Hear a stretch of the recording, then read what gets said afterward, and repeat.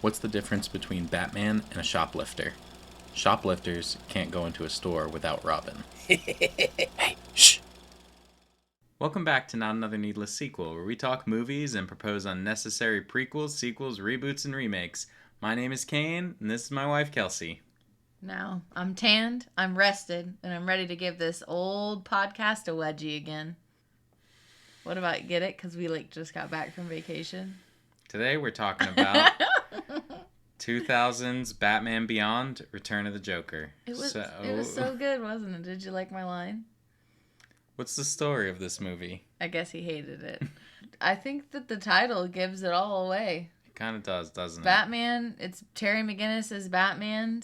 He's Batman Beyond, and the Joker returns from the grave. He sure does. If you don't know, the Batman, the animated series, basically was eventually continued with Batman Beyond, where you see an aged Bruce Wayne take on Terry McGinnis as the next Batman. And they had a series, I think it went for 3 seasons possibly, and then they did this movie. So, when the movie opens up, we see the Joker's gang doing a robbery, and you don't quite know what they're robbing yet, but Terry shows up. We get a little action sequence of them fighting, and he's doing pretty good against all of them, I think. He's very confident, but I thought it was crazy that he was doing well until he fought the Dee Dees, and they seem like they're just 2 very athletic girls, and they absolutely are knocking the shit out of him. I thought it was funny. One of the twins, they pretended to be scared, and then they attacked him, but one of them is holding him down, pulling on his ears, while the other beating him up. But also, how did his mask not come off? And I think it was a funny joke to point out how big his Batman ears are, because that is one thing I do not like about the Batman Beyond outfit. Well, I think his mask, it has to somehow form to his face, because the fact that he can open his mouth and it's there, Batman's mask leaves the open chin and mouth, but that one forms around. I said Batman, he's Batman, but I mean the classic Batman costume. Bruce Wayne Batman. Well, technically Bruce Wayne wore this outfit too. Anyway, so also when he's fighting them, I've literally never noticed this, and I was super excited that I saw this detail this time. When he is on one of their flying cars, because this all happens in the future, obviously, and Bonk is choking him. Mm-hmm. He has, I guess, his Batarang, string rope, and it's tied around one of the Dee Dee's ankles, and he's holding on to it. And, he stays holding on to it, even though Bonk is beating the shit out of him, until the other Dee Dee sister gets her sister, and then he lets it go. He was working hard to try and, prevent her from dying the entire time. It's just funny how Batman chooses when to kill. Batman doesn't kill. It's his whole thing. He's killed before. Nope. So, after that, Bruce and... I thought it was funny at the end of that fight with the Joker gang. Terry loses. They blow up. Yeah. The damage they did in just that fight. Yeah, well, my favorite thing is, when he loses to the gang, he's sitting there, and then, all the police and stuff shows up, and he says, "That ain't coming out of my allowance." It's the one line in this movie that I was kind of like, Yeah. So after that, Terry goes back to the Batcave to do a debrief with Bruce. They're talking about, what are the Jokers doing? Why are they stealing this kind of stuff? This is not their normal MO. Bruce is just corporate espionage, whatever. And Terry goes out for the night. And the best part is when he's at the club with his girlfriend, and he's falling asleep, sitting there, and then she gets him up to dance, and he's falling asleep there too. And he grabs that woman's hand. He's like, "You look good." It's someone else. Yeah. I mean, that's a constant thing. He just doesn't have the energy for Dana. After that, you also see the Jokers bring back some little chip that they stole out of the main thing they were stealing. It ends up being worthless, but they are talking to Joker. Mm-hmm. And, I mean, obviously the movie's called Return of the Joker, but this is the first time you see him, and it's, still kind of jarring because he should be dead, and you have no knowledge of why that's not the case yet. Now, the Joker's gang... I believe they do appear in the show, but not the same members of the gang. So the one guy, Ghoul, he kind of looked like a scarecrow with a pumpkin crop top. It's true. That's what he was wearing. I had a question about one of the people of the Joker gang, the hyena. Is that supposed to be one of Harley's hyenas? Well, Harley's hyenas would be long dead, but they're modeled after that. Yeah. Okay. So in the future, they can get splicing done where you get animal DNA mixed with yours, and there's all kinds of different things you can do. Mm-hmm. He just happen to do a hyena. So, the voice of Ghoul was provided by Michael Rosenbaum, who did several voices for the TV series Batman Beyond, while in the recording studio, he would often do Christopher Walken impressions that the producers thought was hilarious. So they wrote the part of Ghoul for Rosenbaum's Walken impression. So that's why, I mean, you definitely noticed he sounded like it was Christopher Walken. Yeah. Another interesting thing about Michael Rosenbaum is he would later reprise that same role in an episode of the Justice League, and he already did a voice on the Justice League as the Flash. And of course, he also played Lex Luthor in Smallville. I've never seen the show, so. Well, I honestly, for some reason, I didn't realize he was the Flash. I didn't know that he did this voice. Like, I didn't know he did so much for DC stuff. Anyway, Joker is telling them what they brought back is worthless, and Bonk gets pissed and starts yelling at him and is like, we don't even know who you are. Like, you're having to steal this shit and we're not getting any cash. I don't believe you. And Joker kills him, and it's like just such a Joker way. Like, it really, I think, sets the tone for his return because he just seems a lot more dangerous than them. What's wild is we haven't figured out how he died yet, right? Previously, you know, Bruce doesn't know that he's back, and so you find that out later in the movie, but the way that he killed, is it Bonk, you said? Mm-hmm. The way that he killed Bonk is the way that he died. I mean, I guess that gun is kind of his gag. Like, you know, It comes out with the flag that says bang, and then it fires that like a spear. So, after he kills Bonk, he is like, all right, well, we gotta fucking figure out where we're gonna get this piece of machinery again. And they end up deciding to steal it from Wayne Enterprises. Now, Wayne Enterprises is having some kind of gala to announce Bruce Wayne is taking back over the company. So, at this event, the Joker gang attacks, and first of all, Bruce just beating the shit out of Wolf with his cane. I said out of the hyena with his cane was amazing because, like, Terry's kind of struggling a little bit, and then Bruce is like, boom, boom, boom, boom, boom, just teaching old boys a lesson. And he just looks at Terry's like, go to work. Yeah, exactly. Great. But also, it had to be fucking so shocking for Bruce to see the Joker show up there. I mean, I guess he wouldn't have believed it at first. It was shocking for him. Well, he's kind of standing over him. I mean, really, the Joker's just distracting them while the rest of the Joker's gang steals that equipment. So, once they get out of there, Terry is trying to ask Bruce about Joker. He's like, oh, well, you know, I know about all of your villains, but you don't really talk about him. What's up with that? Yeah. Bruce doesn't want to talk about it. So, Terry goes to Barbara Gordon, the commissioner of the GCPD, and she also is like, I'm not talking about it. If Bruce told you to drop it, just drop it. After he talks to Barbara, Bruce fires Terry. Yeah, Bruce is like, well, Bruce is confirming, first of all, whether or not this is the real Joker. He matches his voice that he got from this gala attack with an old recording, and he confirms that it's the same. I wanted to bring that up because I have trivia on that. So when Bruce is checking that Joker voice print, the clip is newly animated, but it was previously scripted, and it's from Holiday Nights, which was the first episode of the new Batman Adventures. If you don't know, Batman the Animated Series ended in like 96, and then they continued it with the new Batman Adventures in 97, which eventually would then turn into Batman Beyond later. But anyway, I thought it was cool that they were able to bring that back. I'm just kidding. So, yeah, he's like, you're going to give back the Batsuit. You've done everything that you need to do. Thanks for the good work. I think it puts things into perspective later on as to why it's really because he's trying to protect him. Yeah. Because he knows how dangerous the Joker is. And Terry gets upset. He says to him, like, you know, this is what I want. And Bruce goes off. He's like, stupid kid. None of you ever knew what you wanted. Yeah. And that makes Terry upset. He throws the Batsuit down and he leaves. So he is like, oh, I'm free now. There's like a funny scene of him being at home and his little brother's like, Mom, somebody broke into our house, because I guess he's never there. Yeah. He's like, I don't get to be an only child anymore, right when I was getting used to it. He's very upset. But it also shows Terry at the nightclub having a great time, and Dana's friends are trying to convince her to leave him because he's never there, and he shows up, and they start having a great time. And then lo and behold, the Joker gang attacks Terry. Well, so they secretly, like, the DDs are disguised. I don't know if they're disguised. I guess that's what they would normally look like without the makeup. I don't know. Anyway, the DDs are disguised, and they come up to Terry, and they're like, oh, can we dance with you? And they just throw Dana to the side. And that's how they start the attack on him. Like, they're just whooping his ass. But I'm like, what? And I understand because it's a movie. Mm-hmm. But why not just come up behind him? Oh, can we have a dance? And then put a gun to his head and end his shit right there. Oh, my God. But they also say something like, they don't understand why Joker wants him dead. but as long as it's fun. And so maybe they thought, we're going to have some fun. He's just a normal guy.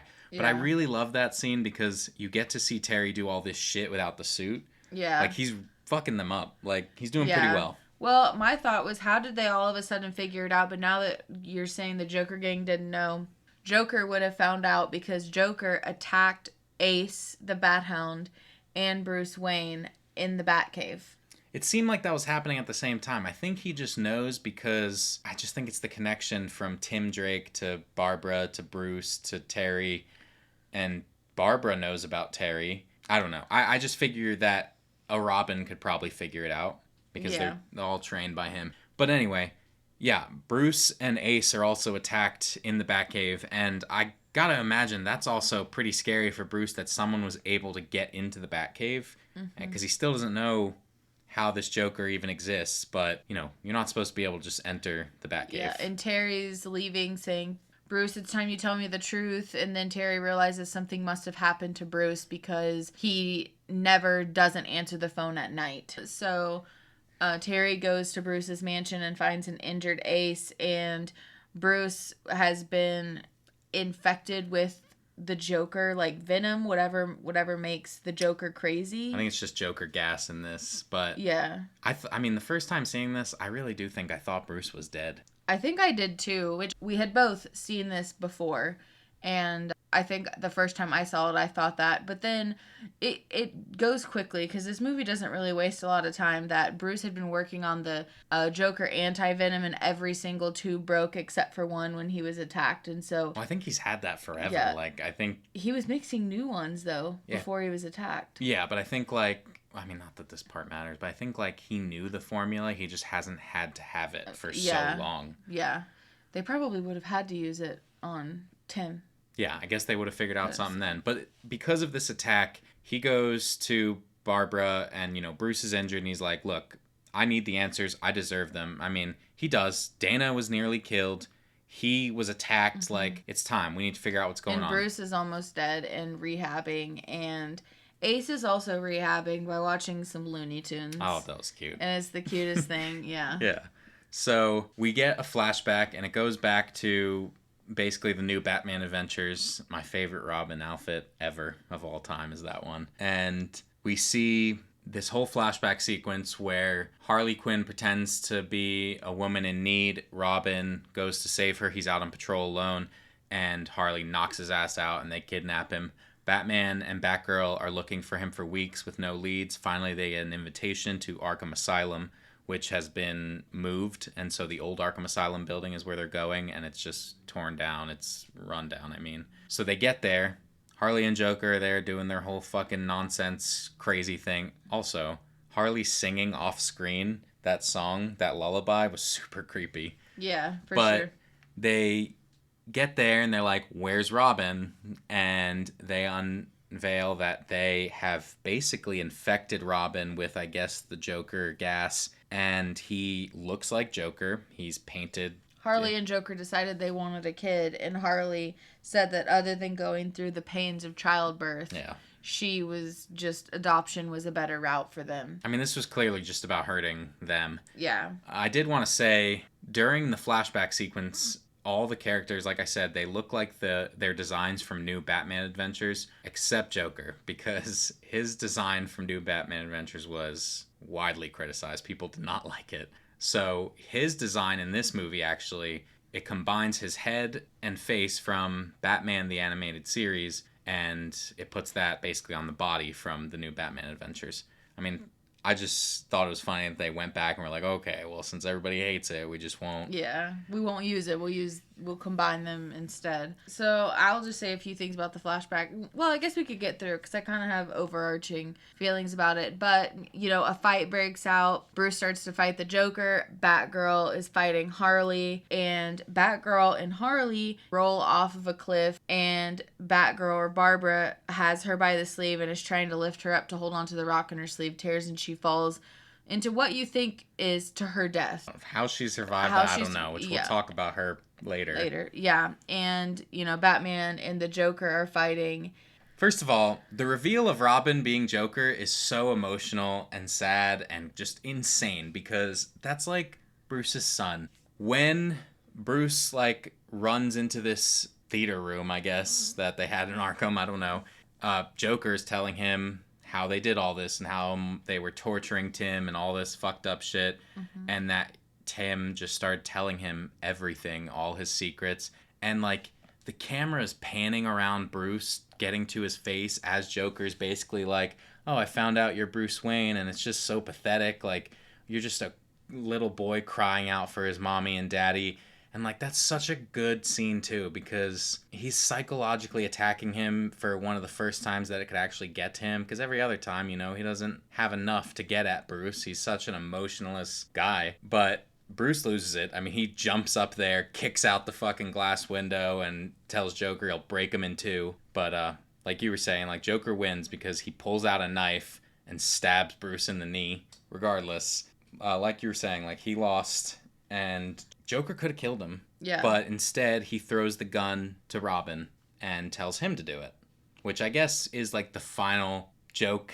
Yes. Is that you'd have his protege kill him. Yeah, what I thought was... Because this entire flashback sequence is the best part of the movie. Absolutely. The entire thing is so good, but Tim, you could tell him, the entire scene of, like, what happens is so sad, but you can see in Tim's laughing, you can tell that he's conflicted and doesn't want to kill Bruce, but Joker doesn't realize that. Yeah, it's like the most psychotic, painful laugh he's letting out, trying to fight back against the Joker serum. Yeah. And he is able to, and instead points the gun at Joker and kills him. And with the bang. The bang, he's pointing at Batman, so the Joker turns around and is, like, laughing, and then he moves it and fires the spear and hits him in the chest. Yeah. And, you know, that killed him. Like, it's technically the way that it goes, like, that really did end him, and that seemed to have fucked with Robin's head, which kind of comes up later as well. But, like, the fact that he killed somebody because Batman doesn't kill people, and so the Robins don't kill people. And yeah, I know, some Batman kill people. This Batman does not. But yeah, they talk about how they had to use therapists and psychotherapists and all of that, but it took a year for Tim to be semi-normal again. And he wanted to become Robin again. Bruce wouldn't let him. Bruce hasn't spoken to him in years, and he went on to become an engineer and got married and had kids. Yeah, and so Terry goes to check on Tim Drake to see if he has anything to do with all this, because he at one point was Joker, basically. Mm-hmm. When he goes to see him, you know, it's kind of cool because Tim's like, you can uncloak, like, I know you're there, I heard you miles away, that old training never goes away. And they talk, and Terry decides he's clear. It's not him. And he is, like, trying to figure out who it could possibly be, and he's feeling bad. He's like, if I was the Batman I was supposed to be, I would have found that one clue or figured out that one thing. And then Bruce descends into the Batcave, which somehow just clicks in Terry's head when he's looking over at the suits, and he's like, well, why did Joker go out of his way to destroy this Robin suit? Bruce is like, well, because, you know, Robin did shoot him. And he's like, no, this is more than that. And I talked to Tim, and he doesn't have any love for this suit either. I think it's Tim. And Bruce isn't sure about that, but Terry goes to find Tim and basically call him out on this. Let's mention that when Terry figures it out and he goes to call him out, he takes Ace the Bat Hound with him. Yeah, he does. All right. I just wanted to mention that because... I mean, I like that. Yeah. And, you know, I like that scene as well because, you know, the detective stuff is not really Terry's thing. He's not as smart as Bruce. Yeah. But I like seeing it still. It was Cosmo the podcast dog's favorite scene as well. Okay. So he goes there and he finds what he believes to be Tim, and it's a hologram. Hologram disappears and Joker pops up on the screen and is like, well, good job. Yeah, I do have Tim working for me, and now I'm going to blast you with this big-ass laser. And they have this orbital sky laser thing that they've been working on. That's all the shit they were stealing to build that. Yeah, the plan was to blow up 3 specific parts of the city as Joker's re-entrance to society, to let everyone know that he runs the streets. Yeah. He said, like, to let him know it's Joker territory. So we get a scene of Terry in the Batmobile with Ace, and they're outrunning the laser. And I'm, like, watching this, like, oh my god, how much damage is being done to Gotham? Like, Gotham should be leveled by the end of this movie. That's what I said. And Joker also makes a comment that, you know, he hasn't got to have his fun with the laser yet because he hasn't got to destroy the 3 areas. But he already destroyed the entire city with the beam anyway, so what was the point of those 3 areas? Because the whole city is gone. It seemed like... It makes no sense. The orbital laser attack, I had some trivia on that as well. So the orbital weapons platform that creates a beam of light before it destroys something is taken from the 1988 Japanese animated film Akira, as is the basic design for the orbital weapons platform itself. In fact, one of the directors of animation at Tokyo Movie Shinsa, the Japanese animation company where most of the film was made, was the actual animator of the scene in Akira from 1988. So when the scene of Terry being chased by the beam came up, the director snagged the storyboarding duties for himself to see if he could top his own work, because he did the original that they were basing it off of. So I thought that was cool. That is cool. That's interesting. Yeah. Good fact. Good factoid for the audience. Good factoid. So Terry finds out that the Joker's hiding out at the Jolly Jack Candy Factory. And my last piece of trivia on that is that the Jolly Jack Candy Factory was named for legendary comic book artist Jack Kirby, who was known as Jolly Jack Kirby early in his career. Aww. So they go to this candy factory where Joker is, and they start fighting the entire Joker gang. Yeah, so and he's Ace dispatching is getting his revenge. He's dispatching the Joker gang on his way in so that he doesn't have to deal with them anymore. Mm-hmm. But yeah, Ace is a big part of that. But when he gets in there, it's Tim, and he's confronting Tim about all this. And this is where you get, like, the reveal that Tim is the Joker. He's, like, transforms into him. And I guess what Joker did was implant his DNA in him, and all these years it's been sitting there, and now he's taking control of him. Tim doesn't even realize it. I think it's sad to see. I called it in my comment, like, Joker serum. Mm-hmm. But it's honestly sad to see it working on Tim Drake because it's just a ode back to his childhood that he's worked so hard to forget. I did feel like this was alluded to earlier in the movie. It showed him when they realized the Joker was still alive. It showed him and his wife in the apartment, and he was afraid. And then Barbara mentioned that Tim was an engineer of sorts, and so I feel like that's why he was able to put together all that stuff. Yeah. So they, Joker hits Terry with some kind of disabling tech. It like claws around his arm, electrocutes him, and he's not able to fight back until Ace bites it off of him. Like Ace absolutely saved the day there. That's what I said. Ace got his revenge and more for them being rude to him. Yeah, and so Joker is gonna kill Ace with like a hand buzzing thing, like a joke thing, but obviously the Joker's is lethal. And Terry knocks the ring off of the Joker, and it goes into the computer controlling the orbital laser, and it fucks it up and makes it so the orbital laser is now targeting the Jolly Jack Candy Factory where they are. And Joker's just like, you fucked everything up. I guess I'm gonna have to start over. See you around. And Terry's like, I'm taking you in. And he just laughs at him, and he's like, yeah, right. I know every move that the original Batman and Robin did. And he goes, still, if it's a whooping, you're a wantin'. It's so good. He starts fighting him, and he's fucking beating his ass. And Terry's talking to Bruce on his comms like he always is. And he says, how do I beat this guy? And Bruce says, he likes to talk. He's vain. And Terry's like, well, I like to talk, which is a lot different from Bruce, who does not like to talk when he's Batman. And so Terry outtalks the Joker, basically. So he's like jumps into the rafters, and he's hidden. He's also locked the door so Joker can't escape. And he's just insulting him. He's like, that's where they got the idea to kill It and It too. Yeah, basically. So he's jumping around the rafters, and he's saying shit like, the old man never really talked to you, huh? You couldn't make him laugh? Why don't you do something funny? Drop your pants, make a noise, like...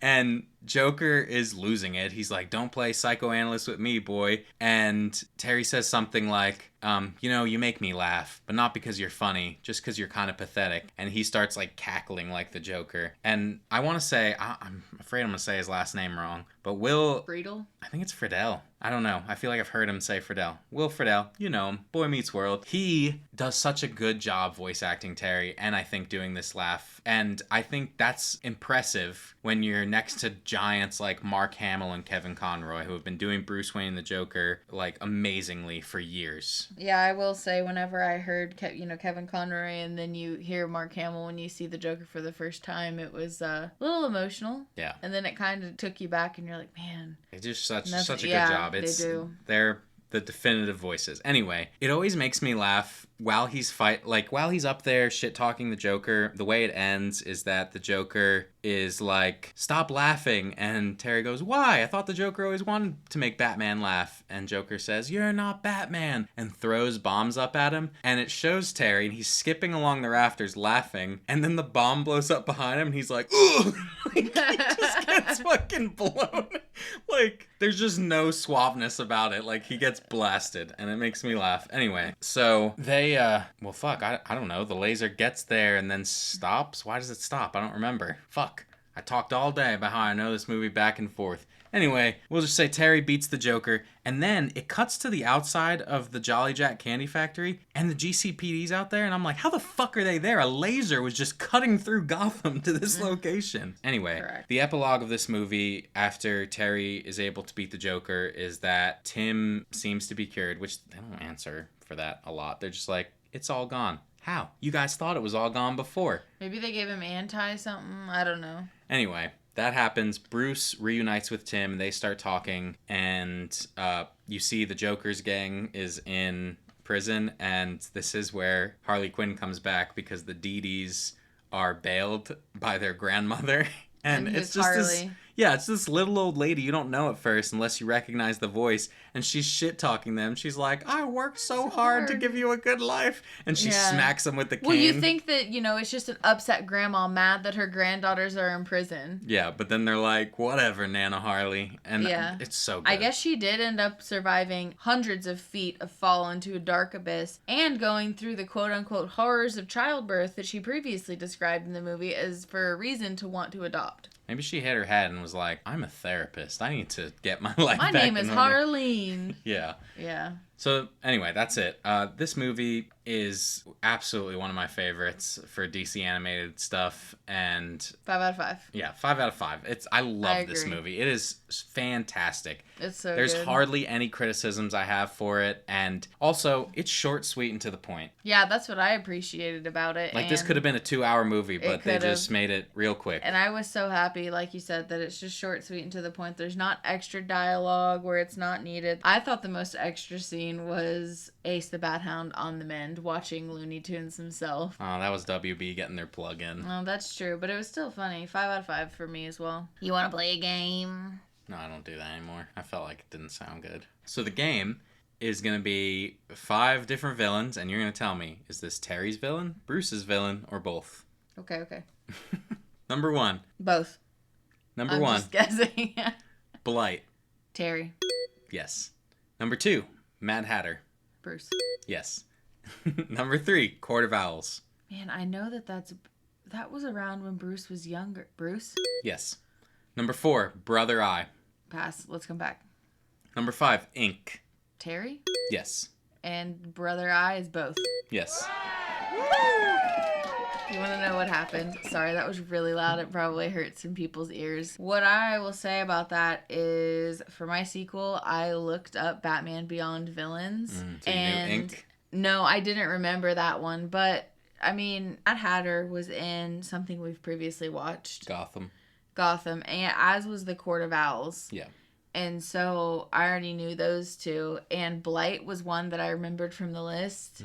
And I figured if there was 2 Batman, then... But I didn't remember Ink as a villain of regular Batman. Brother's Eye is the only one I couldn't remember. But I did see a list prior to this and doing research for my sequel. But anyways... Well, speaking of sequels, a second direct-to-DVD film based on Batman Beyond was planned if this film did well. It did not, and the second film was canceled as a result. This film didn't do well? This film did awful when it first came out. What? But most of the major plot points of the proposed second film were used 5 years later to develop the Justice League Unlimited episode called Epilogue. So, what's your sequel? Mine's called Batman Beyond: A New Age. It's been a few years since Return of the Joker occurred. Terry's just been working hard, improving his skills as Batman. He also works for Bruce at Wayne Enterprises and has risen through the ranks and is now more than just his assistant. Terry also works all night every night as Batman and is no longer able to go to the club because he needs rest, and Dana has left him. Oh. Yep, so Dana he actually sees her on the streets dating another man and has learned that she is going to be getting married to him soon. Goodness. So he's a single sad Terry. Aw. Bruce remains the man behind the curtain in the cave, and occasionally Ace the Bat Hound goes out with Terry, but for the most part he remains by a frail and old Bruce's side to protect him. Even though I feel like Bruce could probably still whoop some people's ass, like he was already old in this one, and so a few years with a cane, I mean, he just needs some protection. Yeah. Terry comes upon a robbery that he's witnessing, and there's been whispers about a new crime family in town, but the people of the robbery are all disguised and were able to escape. Through the streets as himself going out, Terry finds out that a family, the Walker family, has replaced the Falcones and are the lead crime family in Gotham. Through him going out to the club and, you know, with all the gang, he meets a girl and develops a relationship with a girl named Melanie and is happily dating. On one night, he gets into a fight with what's presumed to be 3 members of this new crime system, and he can't tell who they are because they all have masks on that have different cards on them. They escape after 2 of them get beat up, but Terry also gets beat up. And during the fight, he has punched the mask off of one of the members of the crime family, and it turns out to be Melanie. And there's going to be some way to reveal that it's like the Royal Flush Gang. Yeah. I don't know if I didn't really know what that was. I just read that it was That's okay. a set of villains. I don't know if I need to know that. But anyway. It can be whatever you want. Anyway, but like Dad calls himself the king, Mom is the queen. You guys understand. So Terry's obviously upset, but Bruce tells him that they can use Terry knowing who Melanie is to gain advantage, as Terry can gain insider information through their relationship. After meeting the family at dinner, he's able to extract evidence from the house, and in the final fight, Terry says something that makes Melanie realize who he is, but the family still loses the fight. The parents go to jail as their 3 children were able to escape, and with Melanie knowing who Terry is, he reluctantly agrees to a semi-working relationship in order to preserve his identity as Batman.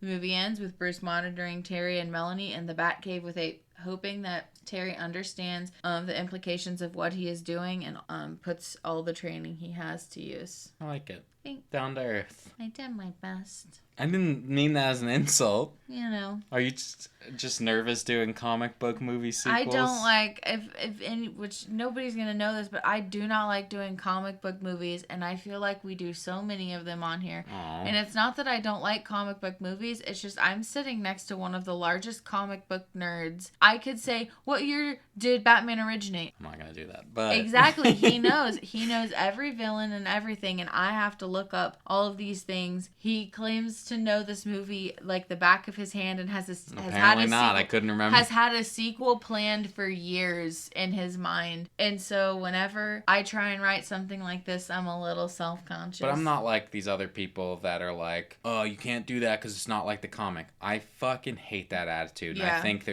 if you just want to see the comic, just read it. If you want to see exactly what was on those pages, just read the comic. Well, that's what, all the Marvel movies and DC movies even do that. They don't follow the comics. And people bitch about that. Well, yeah. Like, it was just in the news. The thing about comics is you can create a new story. Exactly. Nobody bitches when it's a new comic, but Anthony Mackie just was in the news saying, yeah, it's kind of hard with Marvel, there's not a lot of creativity because you can't go outside the lines of the comics. And every comment was like, okay, but Marvel's never done a faithful adaptation. Who the fuck cares? Adaptation means they're adapting this for this movie, so it's different. I mean, I agree. I'm just saying I get nervous because you're a little comic nerd and you love comic books, especially things like this, and so yeah. Well, my sequel is called Batman Beyond Apocalypse. Terry has continued to protect Gotham as Batman and has found mentors in Barbara, Dick, and Tim, and of course Bruce is always there watching. Over the years, Terry has formed a relationship with the Justice League, whose ranks currently include an elderly Superman, a Green Lantern, Static, Warhawk, The Flash, and Aquagirl. One night, Bruce disappears.